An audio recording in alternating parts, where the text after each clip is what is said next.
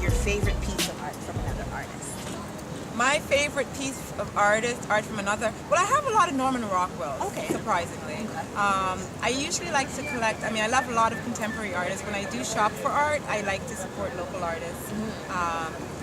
Emerging artists. So most of my budget and my is usually to support local emerging artists. And so I've got quite a few of those pieces in my work.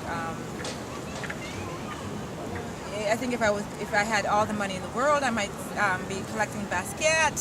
For sure I'd be collecting, Carrie James Marshall, and for sure I'd be collecting, a few Car Walker pieces of my collection.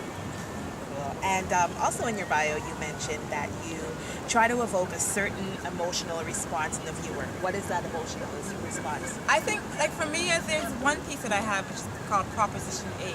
Okay. And the piece is about, it's a man that's sitting in a tradition, what would be recognized as traditional bridal scene, and he's wearing a dress, and it's all laid out around him, and it's like a Baroque type of romantic type of painting. And for that one, when I speak about trying to evoke a certain response in a viewer, I just wanted folks to be able to look at that and to say, well, what does that mean to me? Like, how do I deal with a man sitting in a traditionally, feminine role? And so that's the kind of emotional response where they're faced to kind of confront their preconceived ideas as to what that means. And what are your long-term goals for your work? Really, I just really would love to continue to work and to continue to do what I love, making art, and to eventually be able to, in terms of how we're speaking now, be able to communicate that in my work, whatever it is, like my Proposition 8, I have felt really strongly about wanting to make a sentiment and to come up with maybe an iconic image or concept or presentation that says all that in a very minimal kind of way.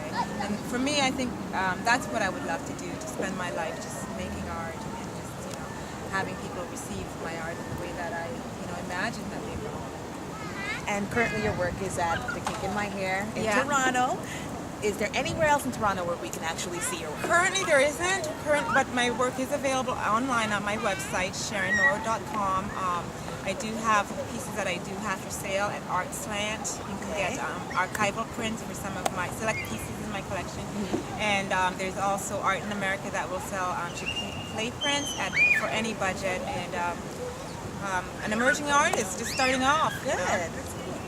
We like emerging artists.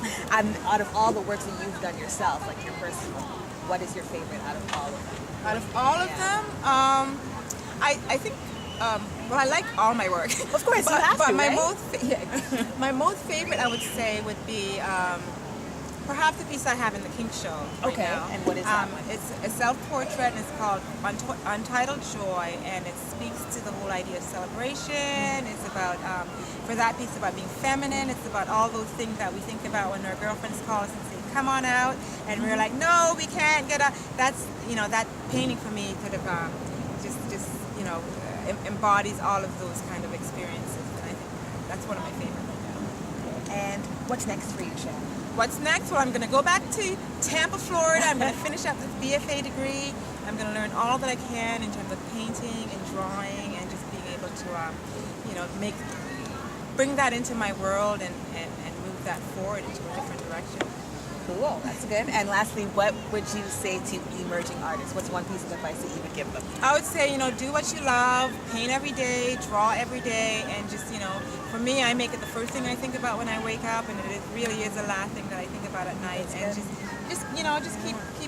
just keep believing in yourself. And not everybody's going to like your art, but some people, you'll find your market. You'll find people who do love and appreciate the work that you make.